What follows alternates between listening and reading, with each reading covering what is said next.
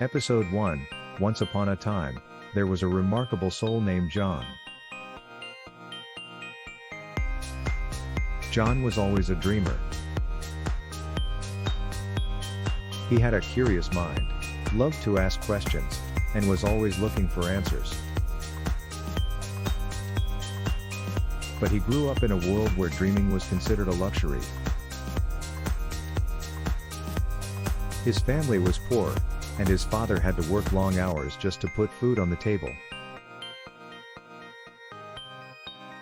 John was often bullied at school, teased for his old clothes and worn-out shoes. But he found solace in his father's words of encouragement. "You're going to be great someday, son," his father would say, "just keep dreaming and never give up." Despite the hardships, John excelled in his studies. He had a natural talent for science and was always experimenting with new ideas. His father would buy him science kits and books, and John would spend hours reading and conducting experiments in his small makeshift lab in the basement. When John was only 5 years old, his mother died of cancer. It was a devastating blow to the family, especially to John's father, who had lost his best friend and companion. John didn't understand much about cancer then, but he knew it was a disease that took away the people you loved. Years went by, and John's dream of becoming a scientist never wavered. He worked hard, studied harder, and finally graduated from college with a degree in biochemistry. He got a job at a pharmaceutical company, and his career took off. But fate had other plans for John. One day, he was arrested by the police for a crime he didn't commit. He was accused of murder, and the evidence against him was overwhelming. John was shocked and couldn't believe what was happening.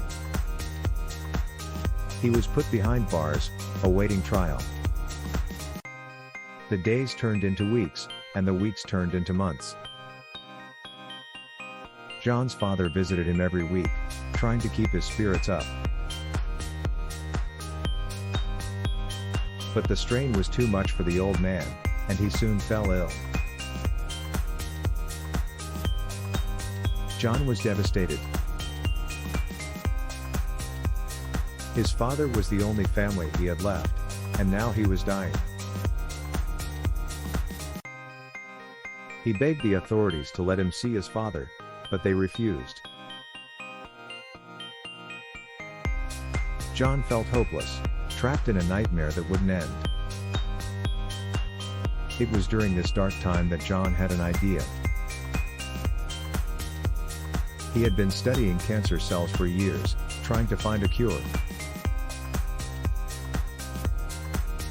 What if he could use his knowledge to cure his father's cancer? It was a long shot, but John was desperate. He began working on a formula, using his limited resources and the few tools he had in his cell. Days turned into weeks, and John's father grew weaker. But John refused to give up. He worked day and night, mixing different chemicals, trying different combinations, and experimenting on himself. He knew the risks, but he was willing to take them. Finally, John had a breakthrough. He had created a drug that showed promising results.